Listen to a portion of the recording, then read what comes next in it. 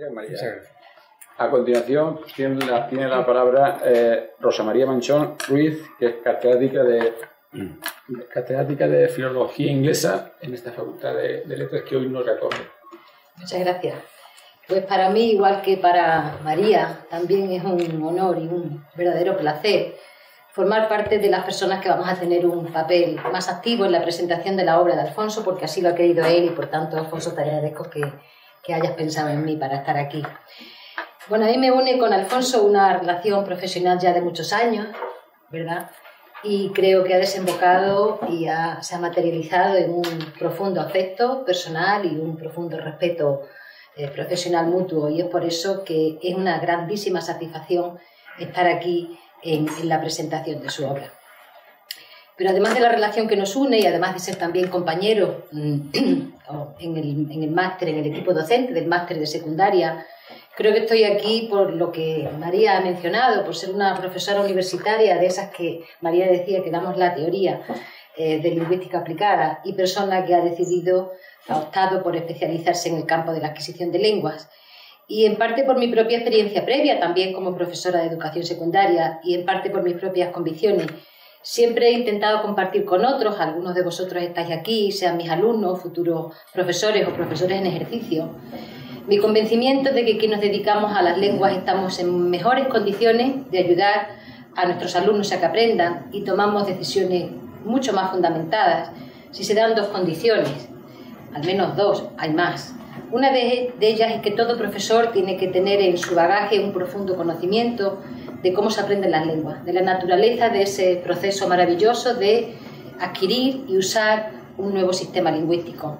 El segundo principio es que el profesor no puede simplemente adoptar, esto siempre se lo decimos a los alumnos, el profesor tiene que adaptar y hacerlo entendiendo la realidad concreta del aula que tiene delante, adoptando lo que algunos llaman la perspectiva ecológica de la enseñanza de lenguas.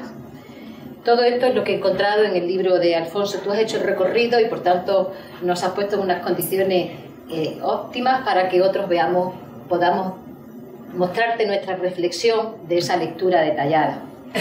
Primero, es una revisión totalmente actualizada, exhaustiva en su amplitud y rigurosa en su contenido de lo que yo diría son los principales temas de debate en el campo de la adquisición de lenguas.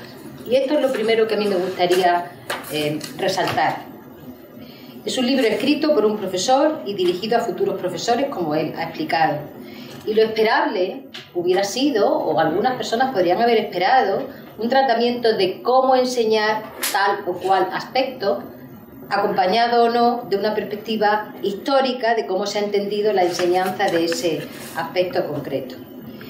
Y muy acertadamente, en mi opinión, Alfonso ha adoptado por poner énfasis en el aprendizaje, compartiendo con su lector sus propias lecturas, sus propias reflexiones sobre temas centrales, algunos de los cuales son difíciles de abordar por la complejidad que llevan y la controversia disciplinar que los rodea. Y hay muchos ejemplos aquí de ello. Así, Alfonso comparte con nosotros, sus lectores, la investigación sobre el aprendizaje y el conocimiento explícito e implícito, los planteamientos teóricos prácticos que están detrás de la distinción entre focus and form y focus and forms, las estrategias de aprendizaje, el uso de la lengua y un larguísimo etcétera. Pero creo que el libro sobre todo hace honor a su subtítulo. El subtítulo es Una revisión teórica desde la práctica reflexiva del aula. Yo creo que es, sin duda, la obra de un profesor reflexivo y comprometido, y lo ha dicho María también, pero yo no soy compañera en el instituto, pero el libro lo dice clarísimamente, que es un profesor muy comprometido. Es un libro que sirve magníficamente de puente, como María ha dicho también, entre la investigación y el mundo del aula. Un mundo que Alfonso no solo conoce muy bien, sino también, y esto me parece especialmente importante, una realidad que le importa y le importa mucho, y que quiere a toda costa, y eso está muy claro en el libro, que le importe y que le importe mucho a los futuros profesores docentes, a quienes está orientado este libro. Desde el principio hasta el final, tanto en el tratamiento de los temas a lo largo de los diversos capítulos, como en las actividades de reflexión que él mismo nos ha explicado con las que culmina cada capítulo, Alfonso, tú presentas tu propia reflexión al tiempo que dejas el camino abierto para que sea tu lector quien también reflexione y para que lo haga desde el bagaje de su conocimiento técnico y de su conocimiento práctico, que son esos dos componentes que tiene que tener todo profesor. Y para conseguirlo adoptas, creo, dos estrategias que me parecen muy acertadas. La primera es acompañar siempre el análisis de la investigación sobre un determinado tema con la reflexión crítica desde la perspectiva del aula. Hay muchísimos ejemplos, yo los tenía aquí señalados, pero como tú has hecho un análisis tan detallado no entraré.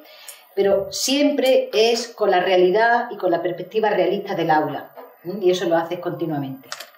Por tanto, siempre estás viendo lo que sucede en el aula, que es lo que ha destacado María.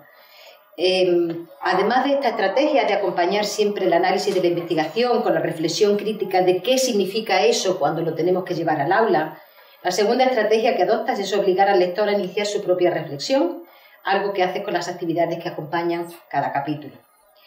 Y creo que el broche de oro a esa revisión teórica desde la práctica reflexiva que anuncia el subtítulo es el acierto que tú has mencionado de haber hecho que sean alumnos del propio máster quienes propongan las soluciones a las actividades de reflexión que propones tú.